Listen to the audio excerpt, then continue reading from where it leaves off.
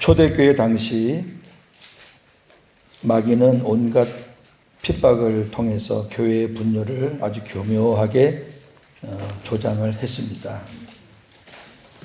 그때뿐이겠습니까? 지금도 역시 마귀는 다양한 방법으로, 옛날에는 어찌 보면 단순했다면 무섭게 사람을 가두고 죽이고 뺏고 그러한 방법으로 핍박을 했다면, 지금은 현대적인 방법으로 문명과 기기와 온갖 예술 이런 걸 통해서 아주 다양하게 우리를 교묘하게 그렇게 관계를 펼치고 있어요. 이런 상황에서 사도 베드로는 신앙 공동체가, 교회가 어떻게 해야 이 마귀의 괴계를 이길 수 있는지를 마지막으로 말하노니 이렇게 하면서 권면하고 있습니다. 자, 오늘 본문 같이 읽겠습니다. 베드로전서 3장 8절에서 12절입니다. 마지막으로 말하노니 너희가 다 마음을 같이하여 동정하며 형제를 사랑하며 불쌍히 여기며 겸손하며 악을 악으로 욕을 욕으로 갚지 말고 도리어 복을 빌라. 이를 위하여 너희가 부르심을 받았으니 이는 복을 이어받게 하려 하심이라. 그러므로 생명을 사랑하고 좋은 날 보기를 원하는 자는 혀를 금하여 악한 말을 그치며 그 입술로 거짓을 말하지 말고 악에서 떠나 선을 행하고 화평을 구하며 그것을 따르라. 주의 눈은 의인을 향하시고 그의 귀는 의인의 강구에 기울이시되 주의 얼굴은 악행하는 자들을 대하시느니라 하였느니라. 아멘. 자, 8절에 보면요, 마지막으로 말하노니 너희가 다 마음을 같이 하여 그랬어요. 그 뒤에 나오는 거는 이제 마음을 같이 해서 이렇게 해라, 이렇게 해라, 이렇게 해라 그래요. 중요한 거는 마음을 같이 하는 거죠. 마음이 갈리면은 형제를 동정하는 거, 사랑하는 거, 이거 다 별 의미가 없어요. 오히려 그것이 더 문제가 돼요. 그러니까 일단 큰 일을 하든 작은 일을 하든 마음이 하나가 돼야 돼요. 이게 오늘 말씀의 가장 중요한 핵심입니다. 그래서 베드로가 마지막으로 강조하는 말씀의 중심은 한 마음을 가지라 이겁니다. 한 마음을 가지라는 것은 모두 다 주님의 마음을 가지라는 거죠. 어느 사람의 마음을 중심으로 모일 수는 없죠. 고 목사가 이 교회 담임 목사라고 여러분들이 다 고윤재 목사의 마음을 가지세요, 그럴 수 있나요? 말도 안 되는 소리죠. 저나 여러분이나 다 누구의 마음을 가지는 자들이냐면 다 주님의 마음을 가지는 자들이에요. 내 마음 갖고는 안 돼요. 되는 게 없어요. 전부 다 자기 마음이 옳다 그러는데 얘기해 보세요. 다 자기 마음이 옳지. 그러니까 주님의 마음을 가지라는 거죠. 일단 그게 공통 부모가 돼야 돼요. 그래야지 위에 뭘 얹어도 얹지요. 기둥이 돼야 돼요. 그래서 이제 빌립보서에 그 말씀을 더 자세하게 풀어준 말씀이 있어요. 2장 1절에서 5절 봅니다. 그리스도 안에 무슨 권면이나 사랑의 무슨 위로나 성령의 무슨 교제나 긍휼이나 자비가 있거든 마음을 같이 하여 같은 사랑을 가지고 뜻을 합하며 한 마음을 품어 아무 일에든지 다툼이나 허영으로 하지 말고 오직 겸손한 마음으로 각각 자기보다 남을 낮게 여기고 각각 자기 일을 돌볼 뿐더러 또한 각각 다른 사람들의 일을 돌보아 나의 기쁨을 충만하게 하라. 너희 안에 이 마음을 품으라. 곧 그리스도 예수의 마음이니 그랬잖아요. 우리가 신앙생활 하다 보면은 공동체 안에서 권면할 때 있잖아요. 권면하는 분이 이제 권사님들이 권면하는 사람들이고 장로님들이 권면하는 사람들이에요. 그 다음에 위로, 그 다음에 교제, 서로 만나고 나누고 교제, 그 다음에 긍휼과 자비를 베풀고, 이건 교회 안에서 그리스도 안에서 다 있는 거예요.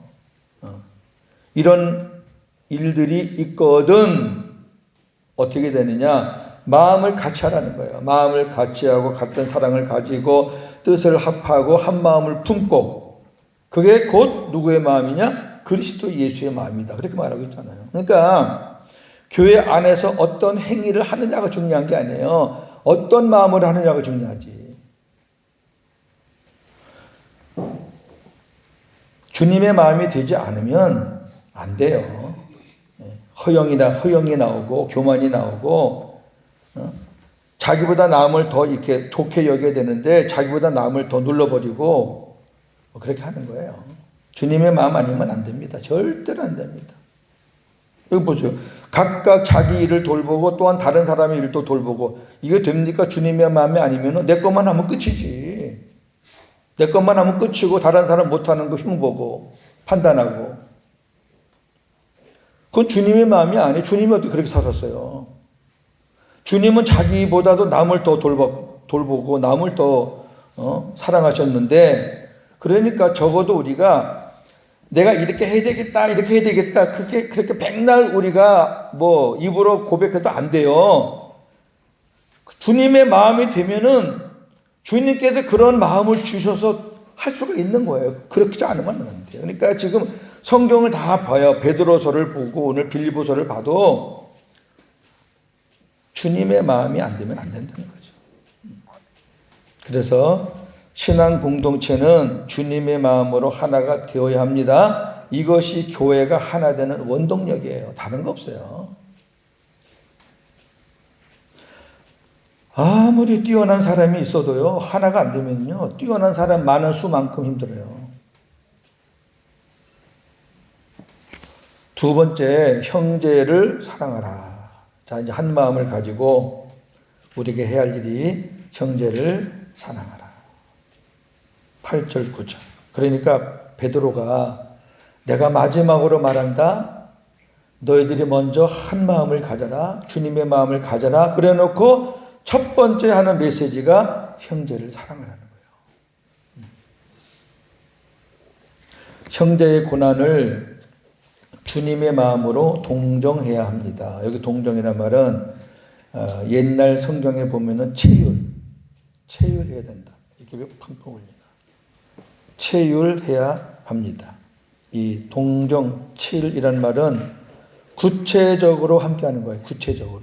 그냥 멀리서 알았어 이게 아니라 같이 뛰어 들어가서 같이 해주는 거예요.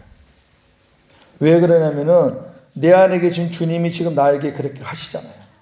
주님이 멀리서 알았다 고목사에 해라 내가 응원해 줄게가 아니라 내가 네 안에 들어가서 네가 못하는 건 내가 해줄게.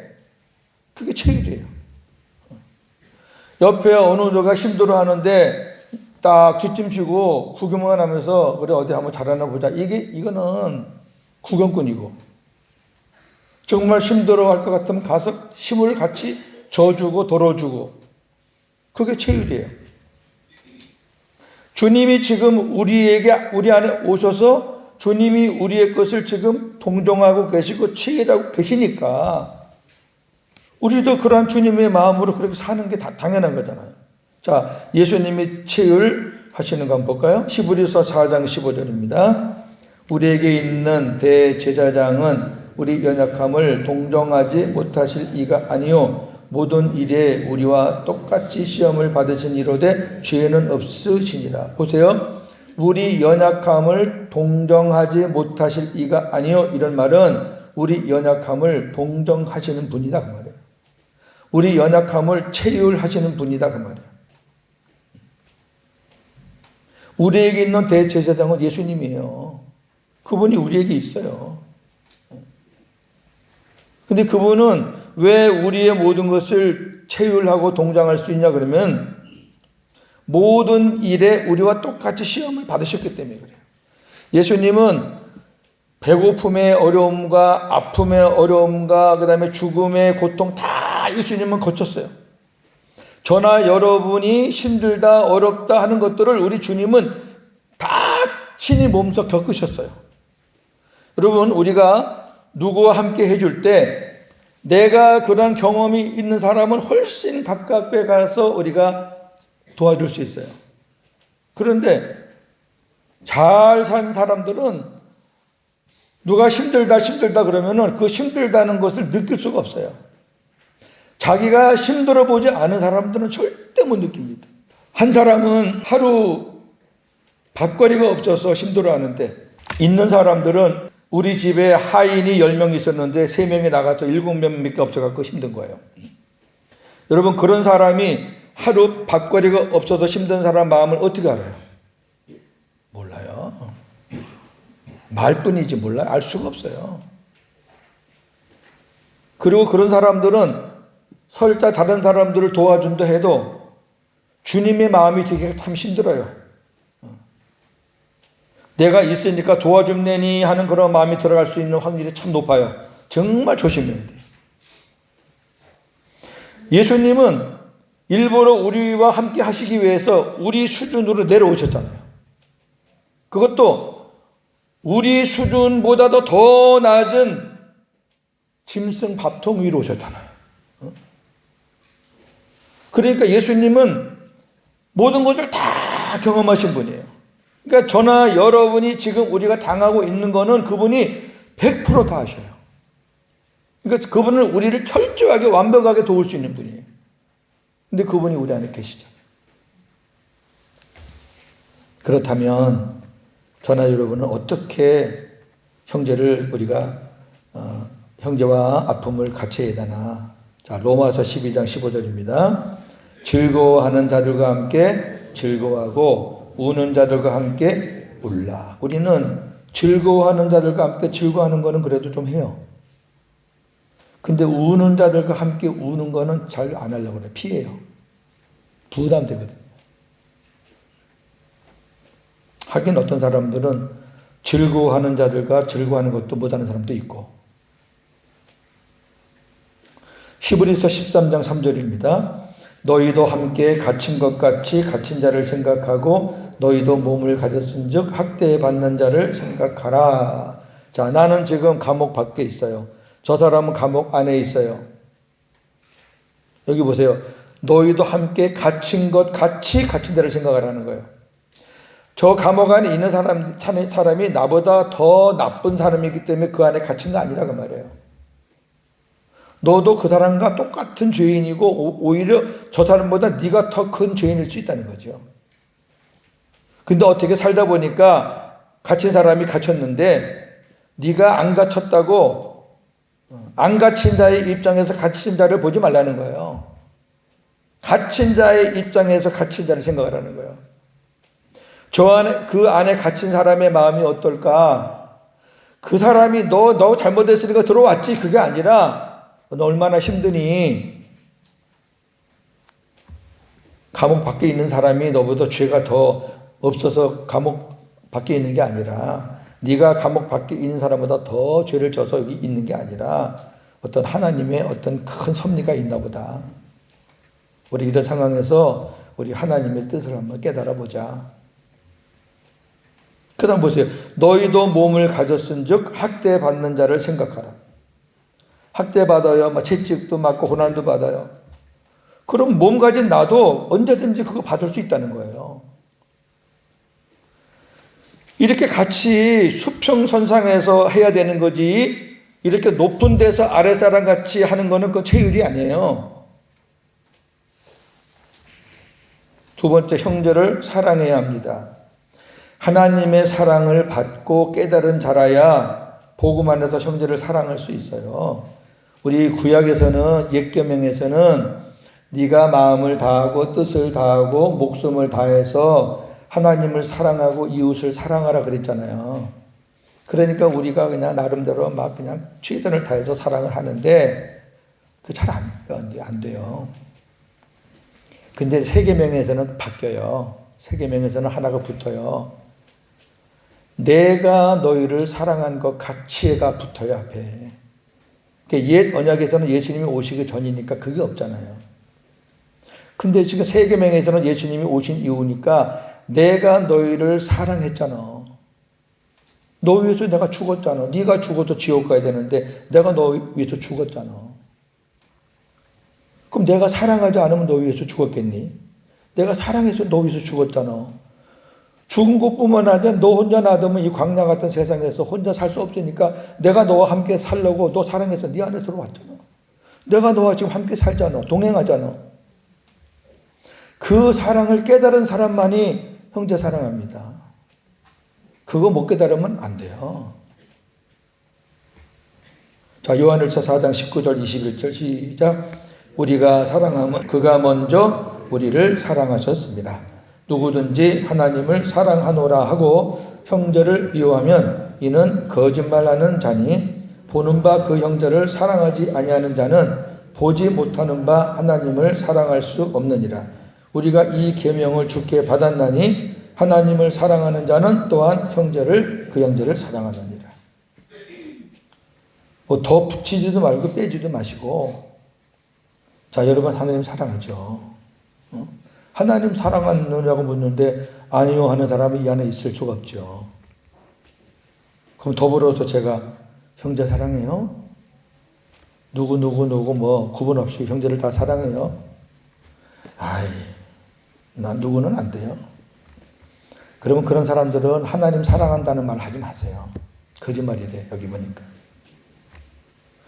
네가 내가 너를 어떻게 사랑했는가를 네가 안다면 너라는 존재가 어떤 존재였는데 내가 너를 사랑해서 구원했다는 걸 아는데 네가 나한테 진 죄는 1만 달란트인데 그 형제가 너한테 진 죄는 100데나리온인데 이거는 비교도 안 되는 건데 네가 이것도 용서 못해? 그럼 너 1만 달란트 갚어. 감옥에 들어가. 그 비유 아시죠?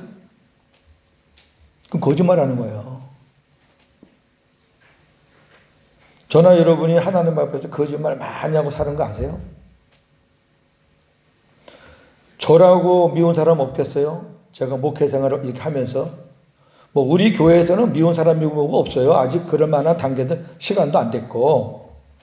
그러나 한국에 있을 때는 저도 왜 미운 사람이 없겠어요? 또 제가 노회에서 일을 활동을 많이 했기 때문에 그런 데서 일을 하는 사람들은 정적이 있어요. 네.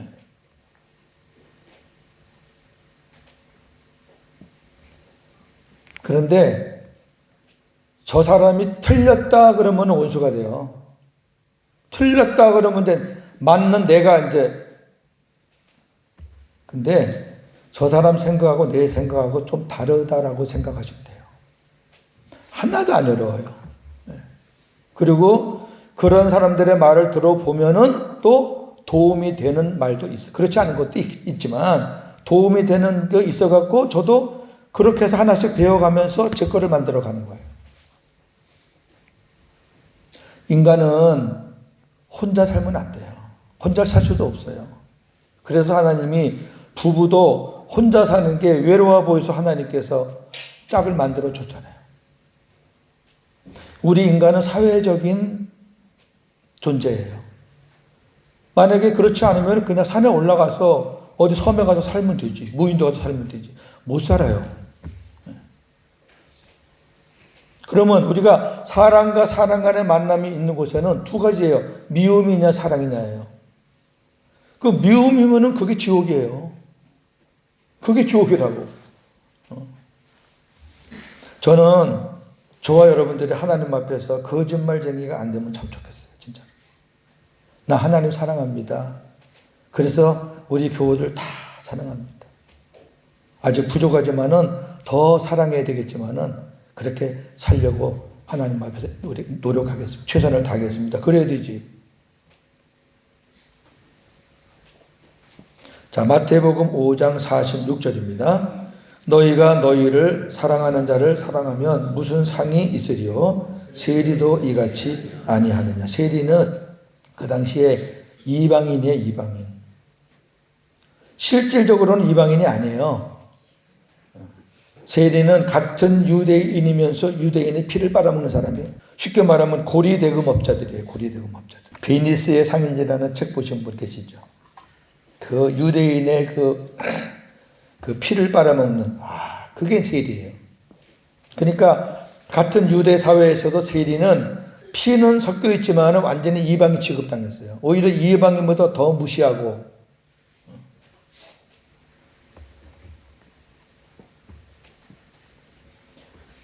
우리가 내가 좋아하고 사랑하는 사람만 사랑한다면은 세리와 똑같지 않느냐 그 말이에요.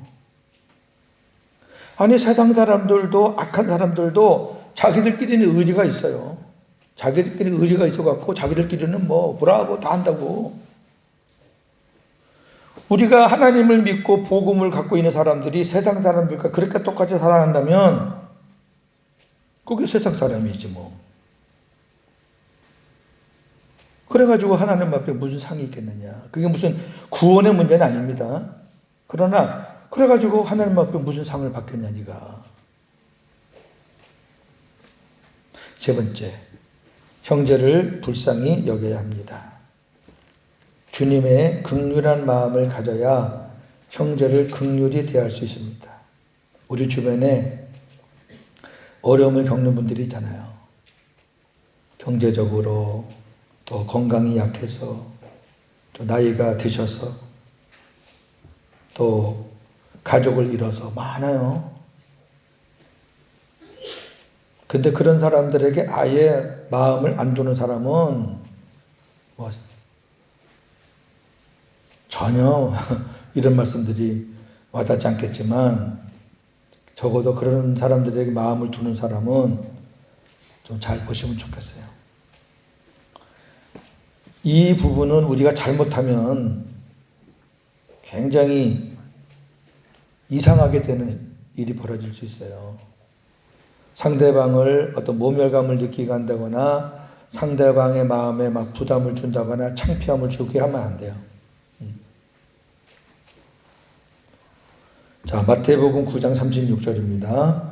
우리를 보시고 불쌍히 여기시니 이는 그들이 목자 없는 양과 같이 고생하며 기진함이라. 목자 없는 양들은 얼마나 불쌍해요. 양이 아침 되면은 우리에서 나와서 목자 따라가서 물도 먹고 꿀도 먹고 그다음에 쉬다가 때가 되면 또 들어와서 이게 목자가 있어야 되는데 목자가 없는 양들은 여기저기 흩어져서 자기끼리 그냥 이렇게 있다가 맹수가 나타나면 또 이렇게 도망가지 막아줄 목자가 없잖아요.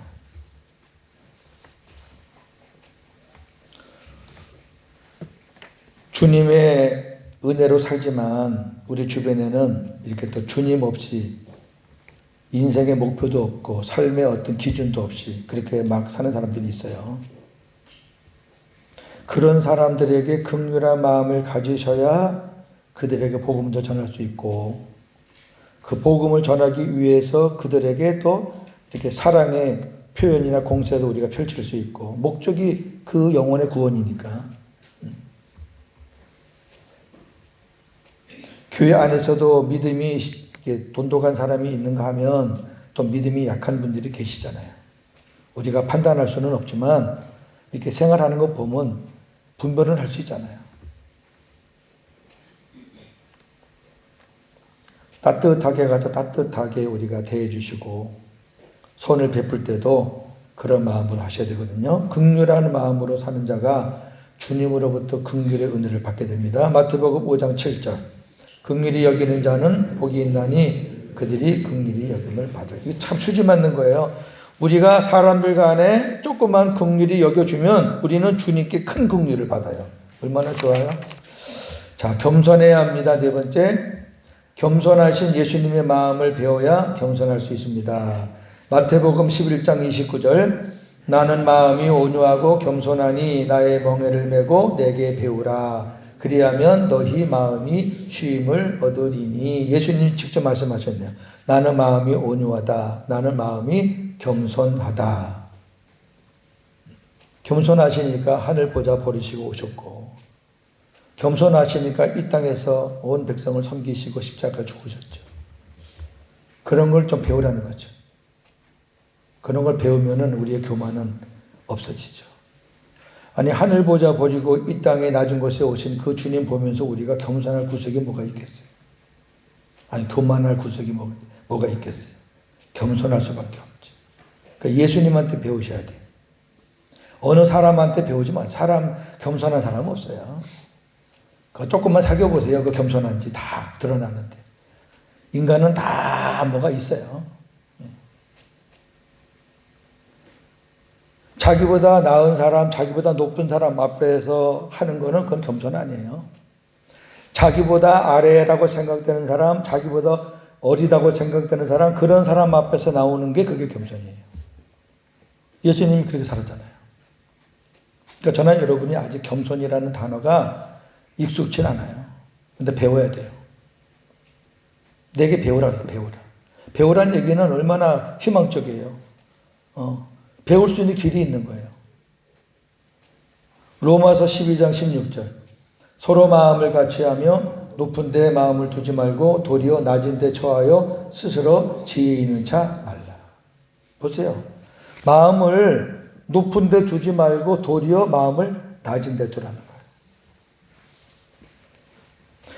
다섯 번째, 악을 악으로 갚지 말고 오히려 복을 빌어야 합니다. 악을 악으로 갚으면 원수가 그대로 남아있지만 악을 선으로 갚으면 원수는 사라지고 친구가 남게 됩니다.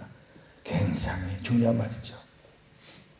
우리가 상대방의 악을 내가 악으로 똑같이 갚으면 그냥 원수가 남아있는 거예요. 계속 남아있어요. 그 상대는. 근데 상대방이 악을 나한테 행했는데 내가 선으로 갚으면 그 사람이 원수가 아니라 친구가 되어버려요. 친구를 삼으시면 돼요. 그리고 극단적으로 너무 심하다. 그러면 원수 갚는 거는 하나님께 맡겨요. 하나님께 맡기고 오히려 주님 마음으로 복을 빌라고 성경이 말씀하고 있네요. 자, 로마서 12장 17절 19절입니다.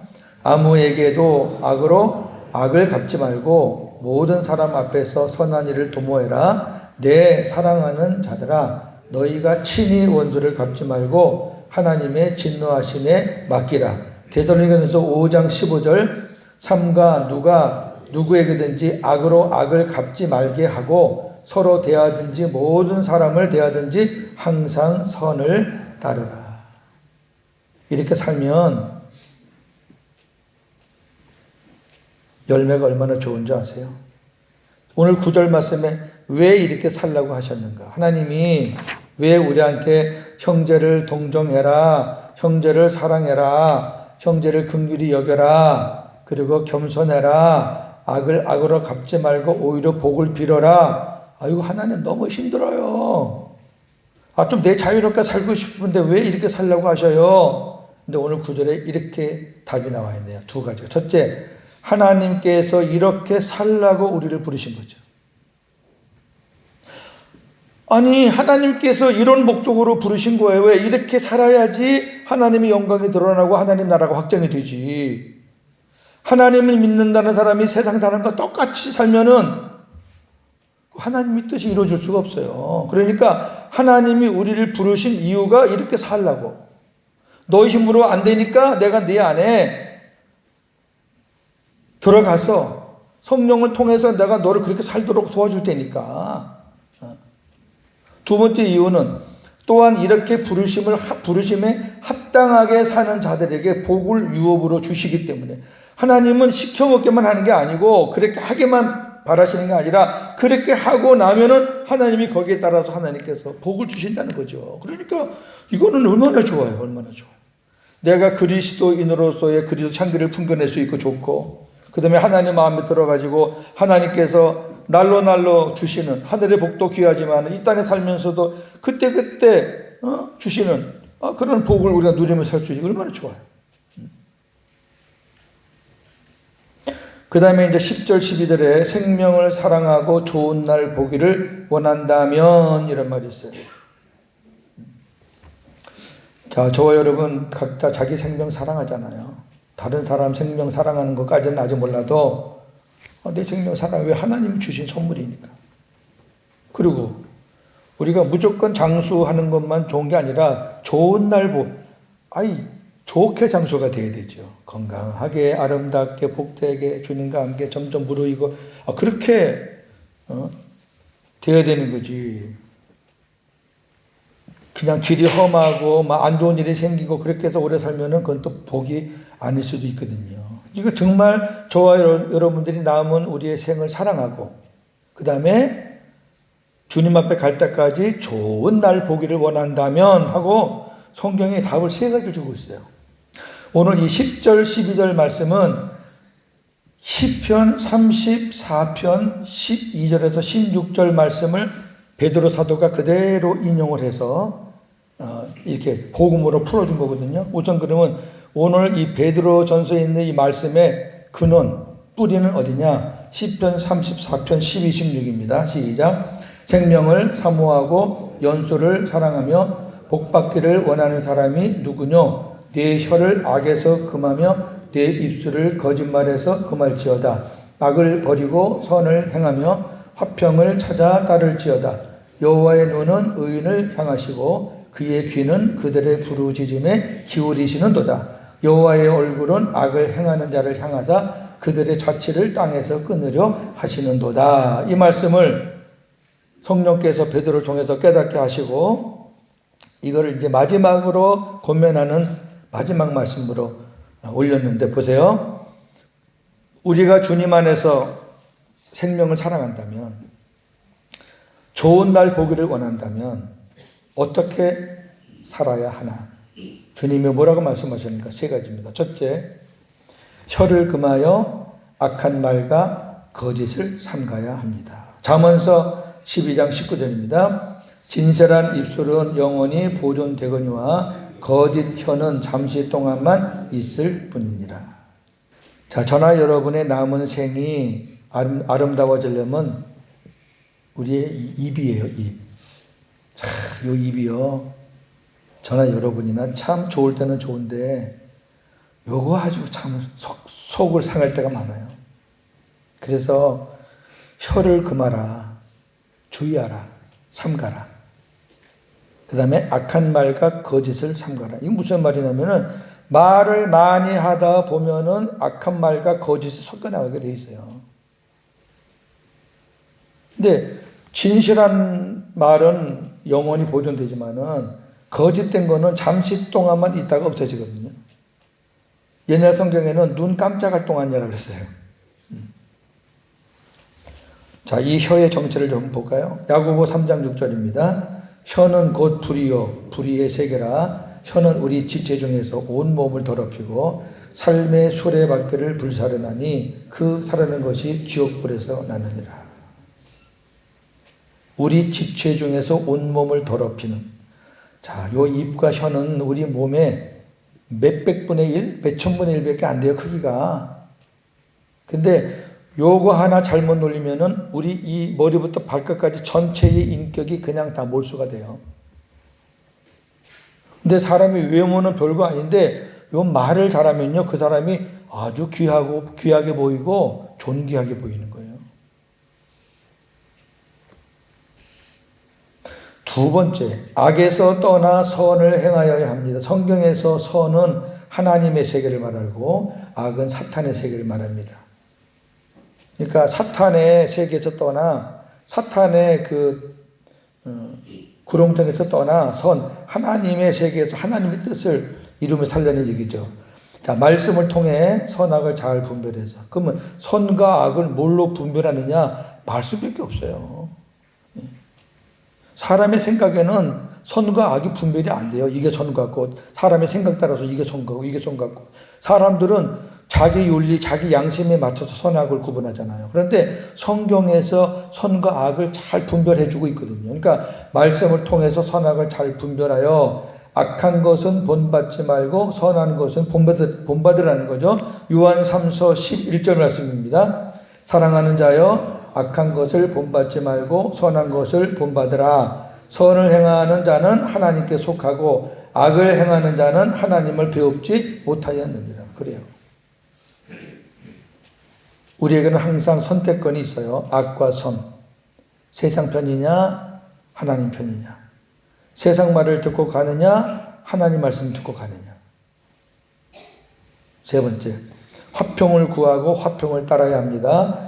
예수 그리스도가 우리의 화평을 위해서 십자가를 지셨습니다. 에베소서 2장 14절, 그는 우리의 화평이신지라 둘로 하나를 만드사 원수된 것 곧 중간에 막힌 담을 자기 육체로 허시고 그랬어요. 여기 둘로 하나를 만든다는 게 무슨 의미인지 아셔요? 유대인과 이방인은 절대 하나가 될 수 없다는 게 유대인의 생각이에요. 유대인들은 자기들이 선민이에요. 하나님의 말씀을 자기들이 가지고 있고 자기의 믿음의 선진들이 하나님과 대화했던 사람들이고 그러면서 아브라함, 모세를 얘기하는 거예요. 이방인들은 이거는 쓰레기예요. 이거는 말로 안 돼요. 말로 아무리 누가 설명해도 안 돼요. 뭐 우리나라도 고리 깊은 있지만 그래도 그 가능하기도 하겠지. 한 민족 중인데. 근데 유대인과 이방인은 안 돼요. 예수님이 그거 되게 하기 위해서 십자가에 죽으셨다니까요. 원수를 하나 되게 하려면 누군가가 희생을 해야 돼요. 서로 마음이 다른 사람, 상극에 있는 사람들을 하나가 되게 하려면은 누군가 하나를 밀어야 돼야 돼요. 예수님은 자기를 내놨잖아요. 자기를 내놨기 때문에 우리가 하나가 된 거잖아요. 그러면 그 하나 된 거 지켜야지, 우리는. 따라서 화평하게 하는 자, 이게 원어에는 화평을 만드는 자로 나와 있어요. 화평을 만드는 자는 하나님의 아들이라 불려지게 됩니다. 마태복음 5장 9절. 화평하게 하는 자는 복이 있나니 그들이 하나님의 아들이라 일컬음을 받을 것이며. 예수님이 화평케 하기 위해서 십자가에 죽으셨잖아요. 그러니까 화평을 만드는 사람은 저 사람도 예수님처럼 사는 사람이구나 하면서 하나님의 아들로 그렇게 인정을 받게 돼요. 자, 중요한 겁니다. 녹색. 주님은 혀를 금하고 악에서 떠나 선을 행하고 화평을 구하며 화평을 따르는 성도에게 좋은 행복한 날을 약속하셨어요. 너희가 좋은 날 보기를 원하느냐? 그러면 이런 자들에게 어떻게 그 약속이 보장되고 성취될까요? 아니, 이게 뜬구름일 수도 있고 그런데 어떻게 이 약속이 나에게 성취가 될까?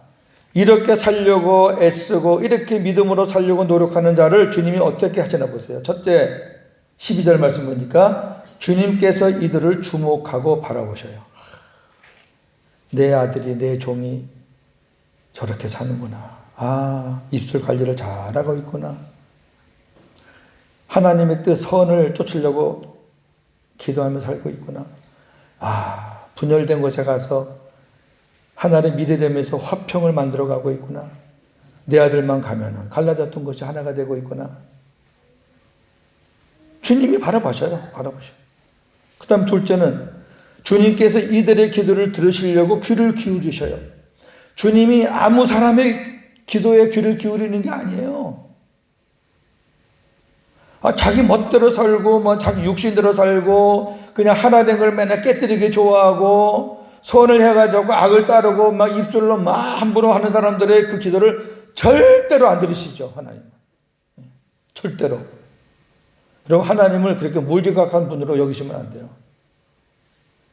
그런데 이렇게 하나님 말씀대로 살려고 믿음으로 살려고 그렇게 사는 사람들의 기도는 우리 주님이 들으시려고 아이고 얘야 네 한번 기도 좀 해라. 내가 네 기도에 응답해 줄게. 그러니까 그 사람은 복을 받을 수밖에 없는 거죠. 그 날이 행복할 수밖에 없는 거죠. 반대로 마지막 부분에 보니까 악한 자들에게는 진노의 얼굴로 향하신다. 반대예요. 저나 여러분이 악한 자가 되면 안 되죠.